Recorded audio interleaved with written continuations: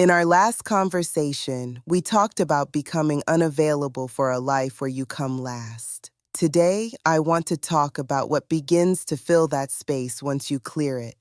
After decades of giving yourself to others, children, work, family, responsibility, something quiet but powerful happens when you set some of that down. You don't just feel relief, you feel a return to the person you were before you learned to carry so much.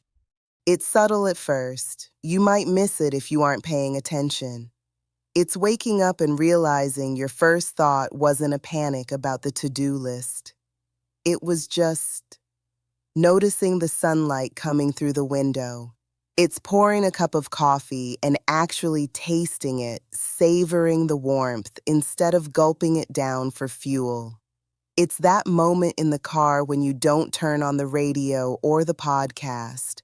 You just drive in silence, and surprisingly, you enjoy your own company. You aren't rushing anymore. You aren't holding your breath waiting for the next crisis. You are just being.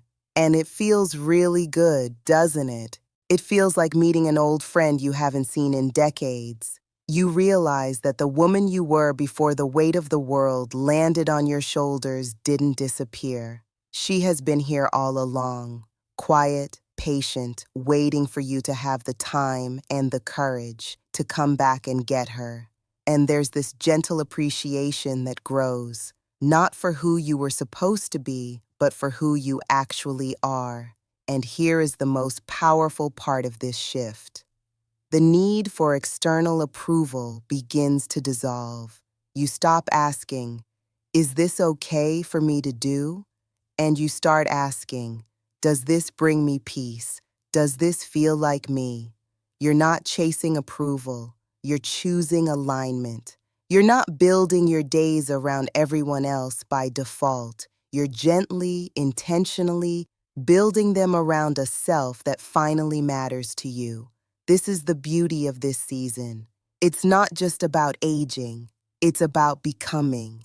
It's about coming home to yourself after years of putting yourself last. If you're beginning to feel this shift, this quiet return to who you really are, I'd love to hear about it. What is one small thing you've rediscovered about yourself lately?